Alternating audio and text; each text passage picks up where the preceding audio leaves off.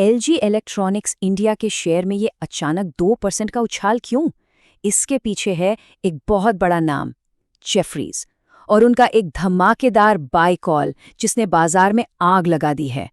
तो आखिर ऐसा क्या है इस रिपोर्ट में जिसने सबका ध्यान अपनी ओर खींच लिया है? चलिए इसी को डिकोड करते हैं। हुआ ये है कि ग्लोबल ब्रोकरेज फर्म जेफरीज ने एलजी इलेक्ट्रॉनिक्स इंडिया पर एक जबरदस्त बाय रेटिंग जारी की है, और बस इसी एक खबर ने स्टॉक को लेकर मार्केट का पूरा सेंटिमेंट ही बदल दिया है। इन्वेस्टर्स में एक नई जान फूंक दी है। और ये है वो नंबर जिस पर सबकी नजरें टिकी हैं, 1980 रुपीज। जी हाँ, जेफरीज का मानना है कि स्टॉक में यहां तक पहुंचने का दम है, जो कि आप भी मानेंगे एक बहुत बड़ा टारगेट है। इस टारगेट प्राइस का सीधा मतलब है करीब 22% का पोटेंशियल अपसाइड। और देखिए, खबर का असर भी तुरंत हुआ। शेयर की कीमत में फौरन 2% की तेजी आ गई। तो अब सवाल ये है कि इस जबरदस्त भरोसे के पीछे की वजह क्या है? तो चलिए अब इस बुल केस को ही डिकोड करते हैं। आखिर जेफरीज एलजी इलेक्ट्रॉनिक्स पर इतना बड़ा दाव लगा क्यों रहा है? वो कौन से मजबूत कारण हैं जो उन्हें इतना ऑप्टिमिस्टिक बना रहे हैं?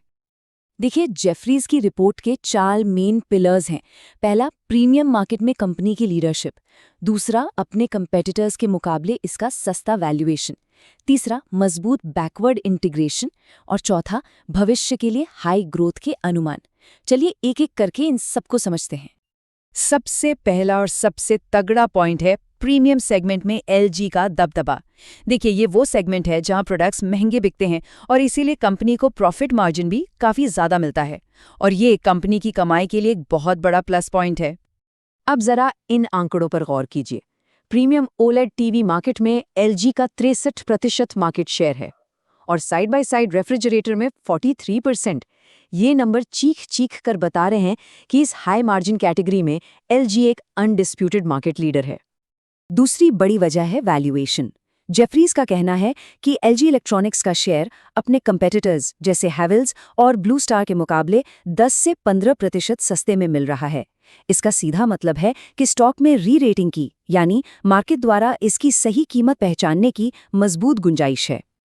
और जो चीज़ कंपनी की नींव को मजबूत करती है वो है इनकी बैकवर्ड इंटीग्रेशन की स्ट्रैटेजी। मतलब आसान शब्दों में कहें तो एलजी अब अपने 55% से ज़्यादा प्रोडक्ट्स और उनके ज़रूरी पार्ट्स जैसे कि कंप्रेसर्स खुद ही बनाती है। इससे होता ये है कि सप्लाई चेन पर बेहतर कंट्रोल रहता है, कॉस्ट कम होती है और मार्जिन मजबूत होते हैं। अब बात करते हैं भविष्य की, जिसके लिए जेफरीज के अनुमान बेहद शानदार हैं। वो FY 26 से 28 के बीच रेवेन्यू में करीब 13% की सालाना ग्रोथ देख रहे हैं और ऑपरेटिंग मार्जिन 12.8% तक पहुंचने की उम्मीद है। लेकिन असली कहानी इन आंकड़ों में है। लगभग 45% का ROE और 55% का ROCE ये बताते हैं कि कंपनी अपने इन्वेस्टर्स के पैसे पर कितना बेहतरीन रिटर्न कमा रही है, जो इसे इंडस्ट्री में एक एक्सेप्शनल कंपनी बनाती है।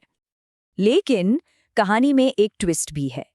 जेफरीज की रिपोर्ट जितनी अच्छी लग रही है, कंपनी के हालिया नतीजे उतने ही चिंताजनक हैं। तो चलिए अब एक नजर डालते हैं कंपनी के ताज़ा परफॉर्मेंस पर। तो यहाँ एक बहुत बड़ा सवाल खड़ा होता है, क्या कंपनी का हालिया प्रदर्शन इस सारे हाइप और इन बड़ी उम्मीदों को सही ठहराता है? क्या जमीनी हकीकत भी उतनी ही मजबूत है? अब जरा इन हालिया आंकड़ों को देखिए। दूसरी तिमाही में कंपनी का नेट प्रॉफिट 27% गिरकर 389 करोड़ रह गया है। रेवेन्यू लगभग फ्लैट है और सबसे चिंता की बात, मार्जिन 12.4% से घटकर 8.9% पर आ गया है। ये साफ बढ़ती लागत और कमजोर डिमांड की तरफ इशारा करता है, और ये यकीनन एक बड़ा रेड फ्लैग है। तो अब हमारे सामने दो बिल्कुल अलग तस्वीरें हैं। एक तरफ जेफरीज का मजबूत बुल केस और दूसरी तरफ कंपनी के कमजोर नतीजे। तो चलिए एक इन्वेस्टर के लिए इन दोनों के बीच के फायदे और जोखिम को समझते हैं। तो देखिए, बुल केस में है जेफरीज के कॉल से बना पॉजिटिव माहौल, सस्ता वैल्यूएशन और प्रीमियम सेगमेंट में लीडरशिप। वहीं बेयर केस में है हालिया मुनाफे और मार्जिन पर दबाव, ग्राहकों की मांग में कमी और मार्केट का तगड़ा कंपटीशन जैसे बड़े रिस्क। तो ऐसी कंफ्यूजिंग सिचुएशन में एक इन्वेस्टर को क्या करना चाहिए? चलिए एक चेकलिस्ट देखते हैं जो कोई भी फैसला लेने से पहले ध्यान में रखना बहुत जरूरी है।